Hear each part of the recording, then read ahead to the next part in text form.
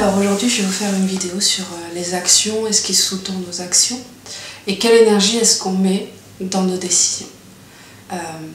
Il est parfois un peu difficile d'arriver à savoir si on fait cette action dans une énergie de joie portée par le cœur ou si c'est l'intellect qui a trop réfléchi et le mental qui nous dit d'aller porter cette action dans notre vie.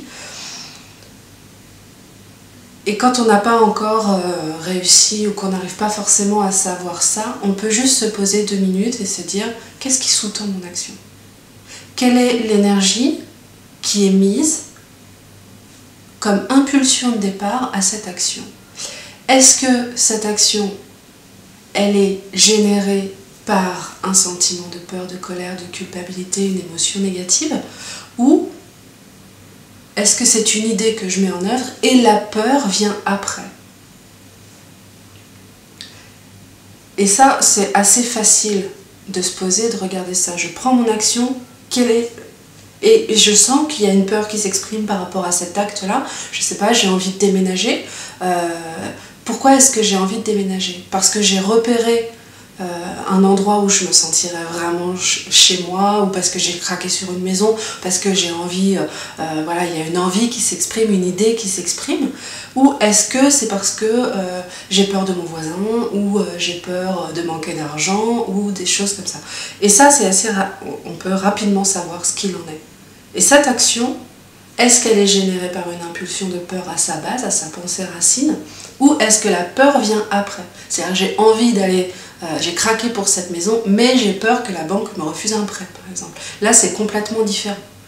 L'action n'est pas la même. C'est différent dans le sens où l'énergie de l'action qui va être mise en œuvre est moins importante que l'énergie de la pensée racine.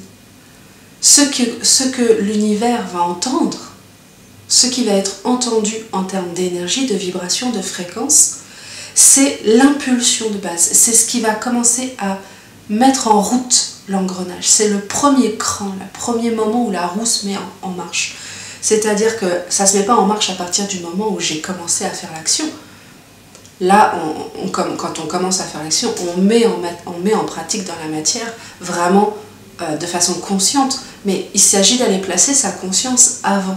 C'est-à-dire qu'est-ce qui a été généré là, à ce moment-là, au tout début, avant même de faire l'action, dans l'idée de faire cette action, si l'énergie de peur, de colère, de culpabilité est la pensée racine, alors toute mon action, aussi lumineuse soit-elle, sera imprégnée, sera marquée par cette énergie de peur, de colère, de frustration, de tristesse, etc. Ça veut dire que ce qui va être apporté par cette action sera conditionné par cette première impulsion. En revanche, si mon impulsion elle est lumineuse, elle est dans la joie, dans l'élan du cœur, si ensuite j'ai peur, si ça vient après, cette peur, elle devient une compagne, consciente. On fait avec cette peur. Bon, il ne faut pas qu'elle nous bloque. Là, il faut aller voir le pourquoi, si elle nous bloque. Mais en tout cas, elle est plus facile dans la conscientisation à accompagner et à calmer qu'une peur en amont. La peur en amont, il faut la travailler. Il faut revoir... il faut voir le projet tout entier. Là, on peut continuer et avancer avec la peur. On peut trembler et faire son projet en même temps. Si je regarde ça, j'ai déjà fait un travail énorme par rapport à ce que je vais imprimer dans la matière, impulser dans mon action, et donc sur ce qu'il va être donné par cette action, ce que je vais recevoir, qu'est-ce que j'accueille ensuite. Ensuite, se poser la question, une fois que j'ai regardé où se trouvaient les émotions négatives, entre guillemets, on va dire ça comme ça, qu'est-ce que cette action-là, qu'est-ce que j'en attends?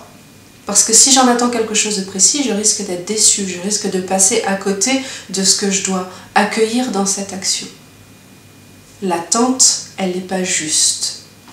La peur en amont, dans cette action, elle n'est pas juste. Pour que l'action soit juste, Elle ne doit ni être impulsée par une émotion négative, ni être dans une attente particulière d'un résultat. Et si en plus elle est dans les deux, on a tout perdu. Mais voilà, si on regarde ça, déjà, on va mettre beaucoup plus de justesse dans ses actions et on se place dans le présent. C'est-à-dire que je sais que mon action est impulsée par un élan du cœur, par une joie qui a envie de s'exprimer. Je mets en place cette action. Je n'en attends rien de particulier, simplement l'expression de mon énergie du cœur, simplement l'expression de ce don de mettre en œuvre ce qui est important pour moi, et je reste centrée et présent sur ce que j'accueille, sur ce qui vient à ce moment-là, quand l'action est mise en place, et sur ce qui se déroule. Et je laisse les moments présents successifs venir à moi. Et là, on se retrouve dans une justesse d'action. On n'est ni dans l'attente, ni dans la lutte contre les autres, ni dans la lutte avec soi-même. On est simplement dans l'action juste et dans l'accueil de ce que cette action juste va générer.